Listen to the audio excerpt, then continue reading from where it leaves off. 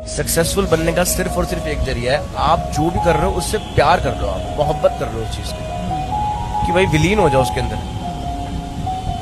आपको कुछ और अच्छा ही ना लगे ना जिस दिन अपने काम के अलावा, उस दिन आपको आपकी सक्सेस मिल जाएगी।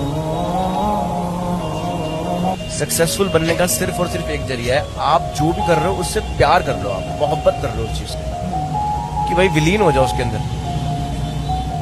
आपको कुछ और अच्छा ही ना लगे ना जिस दिन अपने काम के अलावा, उस दिन आपको आपकी सक्सेस मिल जाएगी।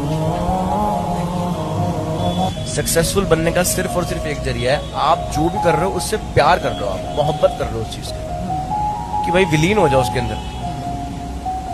आपको कुछ और अच्छा ही ना लगे ना जिस दिन अपने काम के अलावा, उस दिन आपको आपकी सक्सेस मिल जाएगी।